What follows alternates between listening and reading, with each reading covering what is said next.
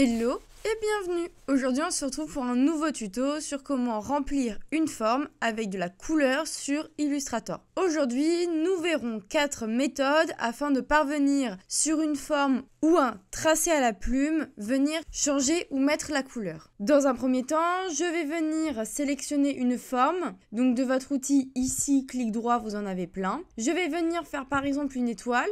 Et comme vous pouvez le voir, quand j'en fais une, nous avons un contour 0,5 ici avec un fond violet. Vous l'avez également en haut à gauche. Si vous avez bien évidemment dans fenêtre, espace de travail, indispensable classique, ainsi que ici avec la couleur de premier plan et les contours. Maintenant, je vais appuyer de mon raccourci V pour revenir sur mon outil de sélection. Et donc, comme vous pouvez le voir, si j'augmente le contour en haut, que je le baisse à droite ou que je change la couleur en haut, c'est tout à fait possible.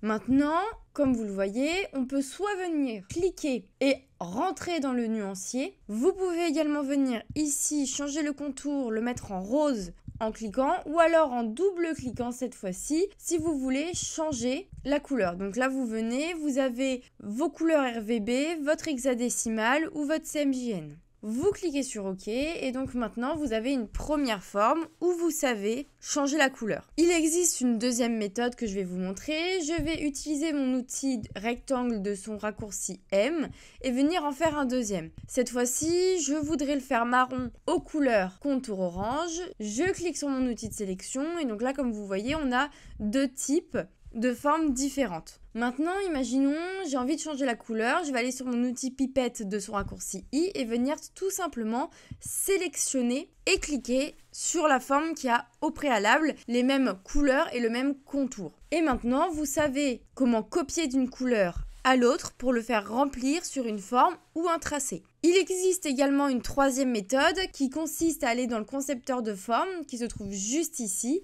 Vous cliquez droit et c'est de son raccourci majuscule M. Vous cliquez dessus et donc là, comme vous le voyez, on a une petite croix d'interdiction. En fait, c'est tout à fait normal car le concepteur de forme a besoin de sélectionner des formes afin de pouvoir les conceptualiser. Pour cela, nous allons cliquer avec notre outil de sélection et faire une case de sélection comme ceci, donc un cliquer-glisser. Et vous allez maintenant sélectionner vos deux formes. Vous allez aller dans votre outil de concepteur de forme de son raccourci Maj M et vous allez ouvrir par exemple votre fond et vous allez sélectionner comme ceci vos couleurs. Et donc là, vous pouvez changer bien évidemment en faisant par exemple tout ça ou alors si vous avez finalement envie de le mettre en bleu, vous pouvez également. Attention, c'est seulement pour le fond. Il existe également une quatrième technique et je vais vous la présenter. Pour cela, j'efface tout et je vais créer grâce à mon outil plume une certaine forme que je vais glisser comme ça ainsi qu'une deuxième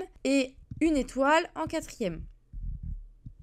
Maintenant que nous avons ces formes-là, je vais les sélectionner grâce à mon outil de sélection et venir cliquer droit sur mon outil concepteur de forme et aller sur mon pot de peinture dynamique de son raccourci K. Maintenant que vous êtes ici, vous pouvez sélectionner soit dans couleurs, soit dans le guide des couleurs, soit dans le nuancier, les couleurs que vous souhaitez. Imaginons vous voulez du bleu, vous allez hop sélectionner le bleu. Vous pouvez également avec les flèches changer la couleur que vous avez. Si imaginons vous voulez d'un côté le jaune, de l'autre du vert, du bleu ici, du rebleu ici, du rose également juste ici, c'est tout à fait possible. Maintenant, quand on va revenir sur notre outil de sélection et que nous allons bouger en double-cliquant par exemple notre étoile, notre forme s'adapte automatiquement à ce qu'on lui a donné.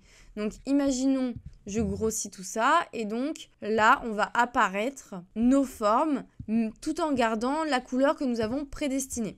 C'est-à-dire que ici j'ai mis par exemple sur notre étoile les bords bleus et d'autres roses. Et donc si on déplace, on voit qu'on a toujours les bords roses et l'intérieur bleu. Et donc comme ça, on a une peinture dynamique. Si vous avez la moindre question ou problématique, n'hésitez pas à me l'écrire soit par mail, soit dans l'espace commentaire. J'y répondrai avec une nouvelle vidéo. C'est la fin de ce tuto. On se retrouve demain à 18 h comme d'habitude pour un nouveau. À bientôt.